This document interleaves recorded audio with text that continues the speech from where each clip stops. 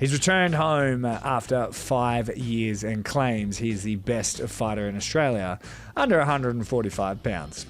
Let's find out if it's true. Ladies and gentlemen, this is your main event. Live from HBF Stadium Festival Hall. Melbourne Pavilion. Not even backstage, we're literally outside. Was that the best fight card in Australian MMA history? Call me crazy, but make sure you call me when I'm right. Be good if the Aussie MMA Instagram page would give us a bit of glow up because welcome to the Australian MMA podcast. My name is Mitch Tinley, and today's guest is Ben the Wanderer Watson. Now, he recently picked up a victory at Eternal MMA 96 against Ayuki Angadembe.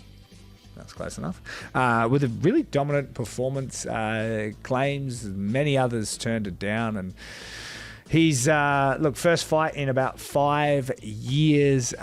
Previous to that, he had a win, and unfortunately, previous to that, had a split decision loss to then champion and still undefeated Mitch Martin, the Eternal MMA Bantamweight champion. I remember calling that fight back in Melbourne in 2019, I think it was. Fun fact on the commentary team, me, Dan Maudsley, who's chosen advisory manager, and a little guy named Alex Volkanovski. So you can check that out as well. I think it's the Eternal MMA 48 at the Melbourne Pavilion. Fun times. But yeah, Ben Watson was there, and had a really good back and forth against Mitch Martin, and I think he's 9-2 right now, so he's got a stellar record. He's only 32. So this is what I've talked to you guys about this before. Like, the guys you see in Australian MMA, there's like 10, 20 guys in each weight class just like walking around living normal lives that could be at the top of the divisions, or at least kind of like were. I know the game moves fast, but like I said, Mitch Martin's the former Bantamweight champion. He's 8-0. Might even be 9-0. Like, it just dipped. Now he just like spearfishes and, I don't know, lays bricks. Like, works on a farm. Like, he's just like, this is what's going on. It's really, really weird. But I love it. And I love to see Ben the Wanderer Watson return, because he's a very unique, like, think Sunday morning markets, if there was a fight night on, that's the guy. Like, he's very, very hippie. I love it. And he's like a violent hippie. Loves the art of the sport, but also the way he breaks down sort of life. Used to be in Sydney and now training at CMBT under the great Miles Murky and all the studs at that gym. They're actually doing a very good job as well. But Ben Watson has returned, and geez, he names by name the guy he wants next. And he definitely, like I said, thinks he is the best in Australia at 135 and 145 pounds. So stick around. It's a very interesting chat as he breaks down the sort of philosophies of life, and he can hold his breath underwater for like 4 minutes as well, which is like pretty cool as well. And he breaks down like that aspect of life and being an athlete as well. So look, really, really fun chat. Check it out. Remember, guys, Australian MMA Issue 1, you can still get it. Shop.australianmma.com.au. We're already starting on Issue 2. So that's going to be very exciting coming up as well. I want to thank our sponsors, Combat Sports Insurance, Vex MMA, and our gym partner, Drillich Combat Academy. Well, guys, without further ado, it is the returning The Wanderer. He's been off wandering, and now he's come back. That's what the Wanderers do. It's Ben Watson. Ladies and gentlemen, welcome to the show, The Wanderer. Ben Watson, mate, welcome. Happy to be here, Mitch. Mate, it's been a bloody while. What have you been doing? Everything and anything outside, big fella. Waking up with the sun, going to sleep on the sunset, dialing in and staying very productive, I tell you that. I haven't been just sitting there watching Netflix and chilling. Been actually putting in effort, having cold showers in the morning so the balls start small and they keep growing bigger as we go throughout the day. That's the attitude. Well, I mean, no balls are bigger than stepping inside the cage. Did you not have the cold showers? Is that why we had a 6-year hiatus? Yeah. 5-year hiatus of, just behind the scenes work, bro. I was meant to fight for the AFC title back in 2020 after a good little sort of stint, and then the world slowed down, so I took that up. We changed climate as well. We actually went north, seeking more of that glorious sun in God's country. And yeah, we've settled now for the last like 2.5 years, and we went to CMBT, and Australia forgot. But I tell you what, we're back now and been putting in energy, and yeah, happy to be where we're at right now. Looking at putting in some good seasons up here, and stay active, bro. Now we're back in the bantamweight sort of title contention.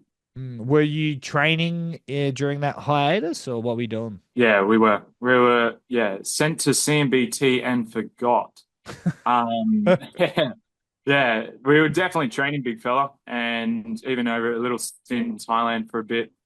Um, yeah, we've been putting in work behind the scenes, and mate, the physique speaks for itself. You know what I mean? You don't just step on the like on the scale at 61.4 kilos, and you know the work not to be evident. So yeah, bro, we've been putting in work. Where were you before? Because were you Melbourne, Sydney? We were in Sydney before. Yeah. No, and why heading north? Just for more sun? Yeah, why not, right? Like we're meant to be solar creatures. Yeah, bro. Yeah, change of getting out of the pace as well. Also got a partner now as well, so we're looking at getting some nice farmland and growing a cool little family and things out this way would be nice. But it'd be always the goal is to like fucking live off the land, bro, and have your own cows to do your own thing, and that becomes your strength and conditioning work. You know what I mean? Living, just living. That's what we've been doing, eh? Part of martial arts is about life, right? You've got to have that duality between the intensity but the recovery. And then how do we find that perfect modality in the center? Well, that's the beautiful part of the harmony between the universe, right? You can have that output, but you need to be able to come back and down regulate and relax. And I was fortunate enough to, during my like downtime, link up with some really cool mentors, like Dave Wood over in NZ, doing a lot of the apnea training and stuff, and then that then led us to, you know, some new deep levels of holding our breath for big amounts of time under the water, and yeah, it's been a fun journey. Just to touch the surface. I was gonna say you're aware you're a weird cat, eh? Like you're a little unique. Fucking oath, bro. you, I'm an uncommon man, and that's why there's not many people lining up to fight us in the bantamweight division. It took us 3 opponents, bro. We've been looking for opponents back since 2024. Had a few pullouts, and we were able to get one over the line in, what was it, 2 weeks ago now. And yeah, fucking, we're back. Yeah, it's quite weird, isn't it? Because there's like some up and coming young guys, like I think Matty Ian and Connor Birch fought for the interim title at like 2-0. But then there's like you and Sam Hibbard, who are just kind of like been around forever, and you guys are like, hey, what about us? Absolutely. I reckon Sam and I need a tango, because that was sort of meant to happen back in 2020. He put on a fucking good performance, man. Like he pulled it out in the 3rd round to be able to just cruise to that victory.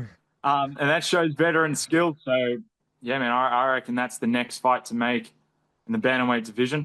And the fact that he didn't call me out after that fight speech, after knowing that I would have put on a performance a week before him, might mean that he's a bit of a pussy. Do you like having animosity between opponents, or do you what's your go-to?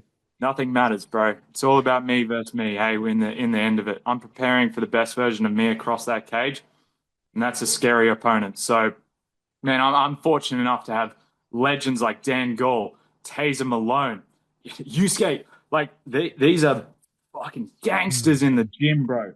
So when I show up to church, if I haven't been putting in the fucking work and say my prayers, man, like you get found out real quick.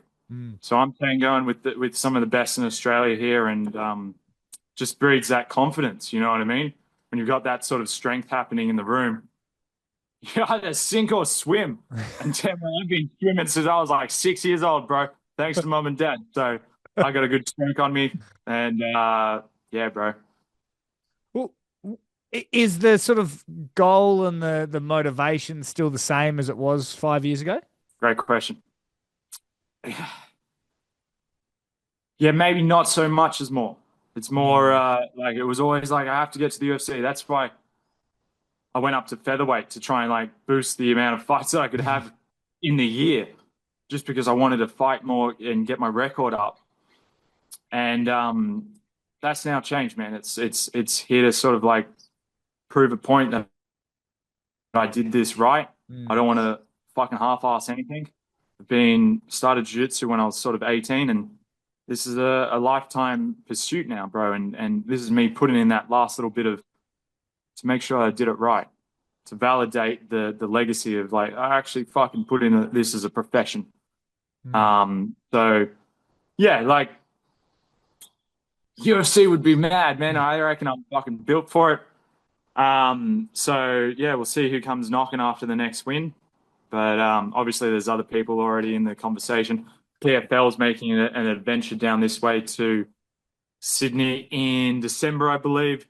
I reckon I'm a sure for that card as well, considering that I don't pull out of fights, and I'm always fit and healthy. So yeah, we'll just keep that sort of energy going. And yeah, and you got a great record as well. Like I talk a lot about your fight with Mitch Martin in Melbourne. That was a cracker as well. Back when I was like, who's this surfy guy? What's he doing? Oh, he can fight. Yeah. Yeah. You called that one Mitch show, didn't you? Yeah. That's how long ago that was, man. That's crazy. And then you just disappeared to me, and I was like, what is going on? And to see you pop back up, it was like there must have been a moment through that time where you thought, hey, I'm not coming back. What, life just got too good? I was just making so much money that I was like, man, I'm just going to sail off into the distance. Unfortunately, man, I've got chops like McGregor, but I still ain't at that business level yet. So yeah, man, I'm here to fucking prove a point and remind people that I'm uncommon and that I'm the king of the bantamweight division, bro. You've got to go through me, Sam, to get to the next title. So that's the fight to make. Yeah.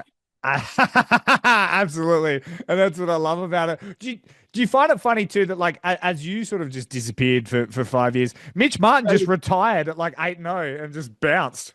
I know, right? He's such a G, bro. Hey, I'd love to get that one back on the fella, eh? Because that was a back and forth, and I had him in a deep sub in the third and didn't break his arm, but I broke Yuki's the other week. So that's, part of the learning curve, So yeah, bro, Mitch is doing well, man. It's awesome to see he's still spearfishing these days, but that just proves the caliber of where we're at. You know what I mean? He was 8-0. We did a good bout back and forth. But look, man, it's a hard game, martial arts, right? And as you said, man, probably had those thoughts of hanging them up. Yeah, man, dark thoughts always come along. But if you're a dark horse, bro, and you've got skills and you just keep chipping away in the gym and things are working for you and you're feeling that strength and you want to like challenge yourself, bro, that this is the art and the craft for that. So I'm happy to still be in the position that I'm in and look forward to even more challenges down the track. Yeah, I find it interesting because you're such almost a holistic guy, and those guys aren't normally lovers of violence necessarily. Where do you get this awesome mix? Yeah, thanks, Mum and Dad. Bro, I'm just Aussie as fuck, eh? I played sport every single day of my life. You know what I mean? Like, I wasn't thinking of, like, maths during school. I was like, I can't wait to go kick a soccer ball with my bros, Like, let's get out there. Let's have fun. And I'm just fortunate that I got taken to – my parents, like, carted me off to every sport and triathlons as well as a kid, bro. And – like I've swum 10K ocean swims, you know what I mean, in this time off as well. So yeah, man, like there's not many like me, and I might as well put a fucking nail in this while I'm here and do it right. So yeah, man, look, holistic health. You have to be like that these days. It's a new hybrid athlete coming into the MMA. It's like a new generation as well, right? Like we're seeing that happen. Jack Mandela, like able to box, but goddamn, can he defense wrestle as well? Yeah. He's going to be able to do it all. And yeah, I'm fortunate enough to have such a like background in jiu-jitsu and being in deep waters, and that sort of background that I get to have those like sort of risky moments and choose where the fight goes because I'm not afraid of anything. And if it goes anywhere, I've got skills for it. Do you think you're the best in Australia? At bantamweight and maybe featherweight, yeah, it's possible, bro. I'm happy to test it. You know what I mean? That's the game. That's the fun. We get to do that. We get to juke it and fucking test it. So yeah, we'll be finding out soon. You'll hear my name a lot more, I believe. And in terms of obviously CMBT, like what made you pick them? Bro, showed up first day. You start hanging out with Miles, Brenton, Reese, Jesse Yada, like Reese McLaren as well, like being a hero. That like watching that fella back in the day. He was in that weight class that I was in, and I admire him, bro. He was doing the things that like I was, oh man, maybe one FC, like Reese McLaren was doing the things I wanted to do, bro. So when we moved up here and we had a connect that said go and check it out, straight away, hey, you hear Miles talk, and it's just a culture up there as well, bro. Everyone's sort of trying to get better. And when you're around that, you have to get better. So I fit into that quite well, and yeah, those are the brothers now. Hey, they keep me accountable, and we're going for everything. And how old are you now? 32. Still young as shit. Do you feel like you lost years of your prime though?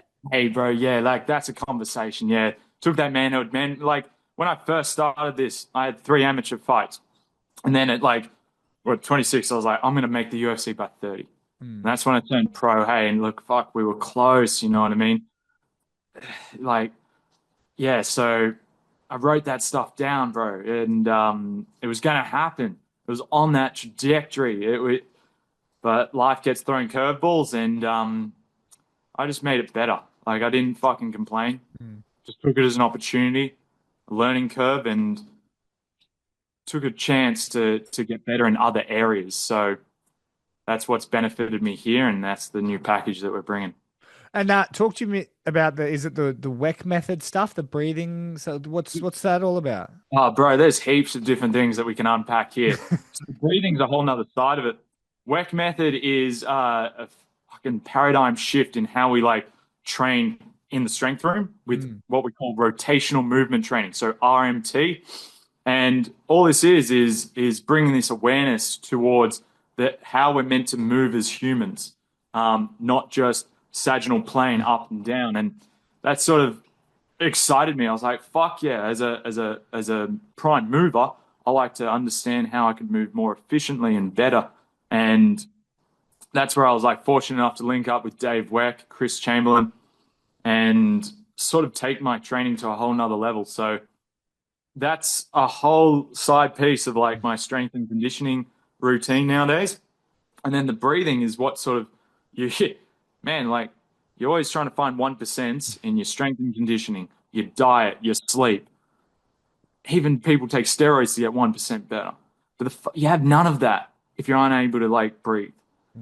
So to me, that was a massive thing to start unpacking and going down into deeper areas. And yeah, it's a massive key for your performance, but then also your recovery.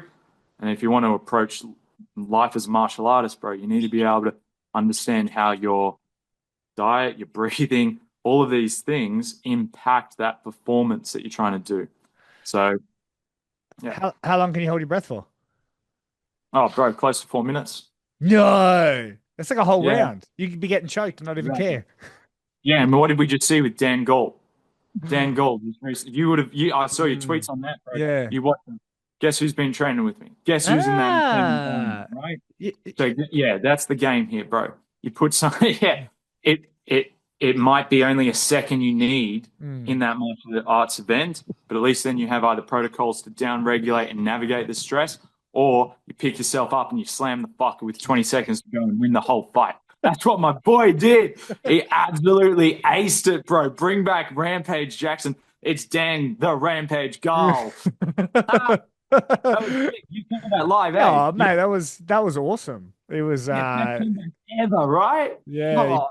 he broke Ratcliffe's jaw too. Yeah. Yeah, I didn't know that. That's mad. It was pretty wild. So how do you get guys to sort of do that? Like what are the little tricks and things that you do? Oh, Yeah. What are the little tricks that we do? Well, man, that's a good thing to unpack offline, but real simple. We go to the water, and the reason we go to the water is because it presents this idea of the arena. Mm, When you're in the ring, it's you versus you. mm, So when you enter the water, it's you have to block out the external. mm, And so we start tapping into the psychophysiological part, the mind, of how you can actually intercept and navigate back to understanding that you're fine or you've got plenty of oxygen. A lot of the time, people run out of air. But when you start to tap into the biochemistry, what's happening inside of the arteries and the heart and the lungs, you start to actually understand how to utilize the oxygen that's already in your body. And so the water, natural phenomena of when the nose fills with water, the heart rate slows down. Why? Because you need to conserve oxygen. Maybe we came from the water as an evolutionary trait. And so you can use that to your advantage of the heart rate slowing down, then start to set up the man in the arena. What are you going to do when that moment comes about? And that's what we were working with Dan, and evident that it worked, eh? And do you then not get nervous before fights or in fights, or? Well, nerves are a good thing. Definitely get nervous. That's fine. That makes you sharper. It's about how you deal with it. So if you let the cortisol rise, obviously your heart rate's going to pick up. But if you're able to catch that and sort of just, okay, ride that wave, it's all a wave. There's that perfect duality again that we said at the start, the up and the down. You just want to not be too spiky or too spiky at either side. So we just navigate through those nerves, because nerves will make you the predator, ready to be that apex sort of thing. Fuck, we're on here, sharp. And that's how you can make quick decisions. And what's the sort of future look like for you? We talked about the UFC. We talked about now we're sort of coming back with new goals potentially. Like, what does the next couple of years look like for you? Yeah, so 4 years I'm going hard. We're going to be in this game pushing the buttons. The next 4 years I look at it. That'd put me at 36, which probably, man, because I look so fucking clean and healthy, I'll probably still be in my prime then. But I'm looking at just putting in a good effort for the next 4 years. I'm banking on the international factor as well, bro, that like UFC or PFL will start to sort of recognize it, as Australian MMA has just fucking boomed over the last few years. And it's so exciting to see that. Coming from making $500 a fight, you know what I mean? It's now exciting to see this sort of profession start to be more recognized, which is very fucking powerful. Yeah, that's really cool. And mate, after it's all said and done, how does Ben Watson want to be remembered in mixed martial arts? What a lovely question, bro. Fucking A. Yeah. Not just by the Wanderer, I guess. Hey, look, titles don't mean anything in the long scheme of things, bro. It's about having that fucking ability to. Well, I've already proven that I can pull out of wins at featherweight. Against bigger fellas. I got 3 finishes at featherweight. So I haven't lost at featherweight either. So I'm guessing, man, just leaving a good legacy that I fucking actually put in the effort, made my sort of best go, and put the fucking right foot down on the accelerator without the brake. Mate, you're an absolute legend. Thank you so much for taking the time. I'm sure we'll have plenty more chats as you and Sam Hibbard fight each other. Yeah, bring it on. Sam, it's on the record, big fella. We were meant to fight back in April 2020. Let's make this happen, bro. It's meant to be the fight that Australia wants to see. Let's fucking clean up the record. I don't like having that one on my record where we didn't make the dance happen. So I look forward to seeing you in there. Mad respect on what you did over the weekend. But stop being a pussy and start saying my name in the sentence, and we'll get this happening. You're absolute man, mate. Take it easy.